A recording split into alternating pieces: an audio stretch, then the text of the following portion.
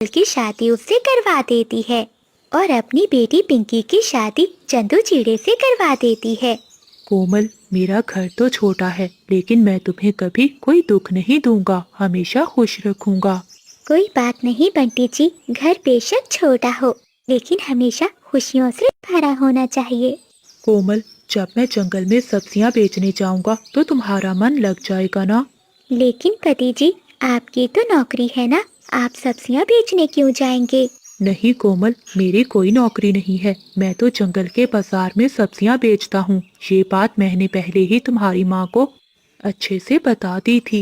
ये सुनकर कोमल चिड़िया बहुत दुखी होती है। वो जान गई थी कि उसकी माँ ने झूठ बोलकर उसकी शादी करवाई है।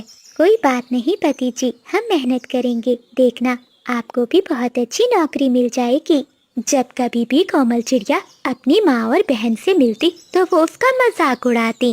अरे क्या हुआ पिंकी, ये तुम कितनी कमजोर हो गई हो? क्या तुम्हारा पति कोई काम नहीं करता? हाँ हाँ माँ, लगता है बहुत मजे कर रही है बहना। पिंकी, तुम जानती हो जो चिड़ा मुझे देखने आया था, माँ ने तुम्हें दिखाकर उसकी शादी तुमसे करवा दी और मेरे नसीब का सुख तुम्हें दे दिया। और हाँ, अगर मेरे नसीब में हुआ तो मुझे तुमसे भी ज्यादा मिलेगा। चुप कर जा कोमल, तू उस भिखारी चिड़े के लायक ही थी। कोमल चिड़िया घर जाकर सारी बात अपने पति को बताती है और रोने लगती है। बंटी जी, क्या मेरा नसीब इतना ही खराब है? क्या हम गरीबी में ही दिन गुजारेंगे? कोमल, तुम दुखी मत हो, मैं एक ना एक दिन तुम्हारा नसीब जरूर बदलूंगा।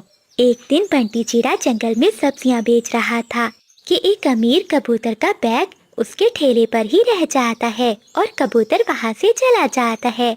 बंटी चिड़ा उस बैग पर ध्यान नहीं देता। जब वो शाम को घर लौटकर जाता है तो वो बैग देखता है। अरे ये क्या, ये बैग किसका है? खोलकर देखता हूँ। बंटी जैसे ही वो बैग खोलता है तो उसमें ढेर सारे पैसे थे। वो बैग लेकर अपने घर में जाता है।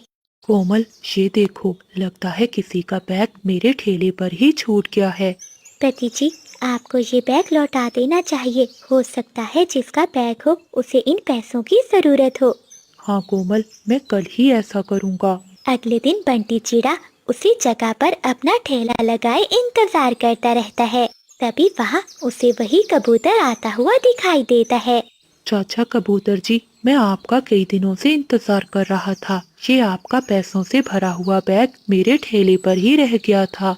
चिड़े, मुझे तो लगा था कि तुम ये बैग लेकर भाग जाओगे। नहीं कबूतर चाचा जी, मुझे बेईमानी नहीं आती। बेटा, तुम्हारे जैसे ईमानदार पक्षी न जाने आजकल कहाँ मिलते हैं। मुझे तुम जैसे पक्षी की ही जरूरत थी। क्या तुम मेरे यहाँ नौकरी करोगे? ये लो मेरा पता, कल इस पते पर आ जाना। अगली सुबह बंटी चिड़ा कबूतर चाचा के बताए हुए पते पर पहुंच जाता है। मुझे बहुत अच्छा लगा बंटी कि तुम यहाँ आए। जानते हो, मेरी कोई भी संतान नहीं है। मैं चाहता हूँ कि तुम मेरे साथ मेरे बिजनेस में काम करो। मेरी बहुत बड़ी कंपनी है। तुम्हें अब सब्जी बेचने की कोई जरूरत नहीं है। आज से तुम यही मेरे घर में रहोगे। लेकिन चाचा जी, घर पर मेरी पत्नी अकेली रह जाएगी। बेटा, तुम दोनों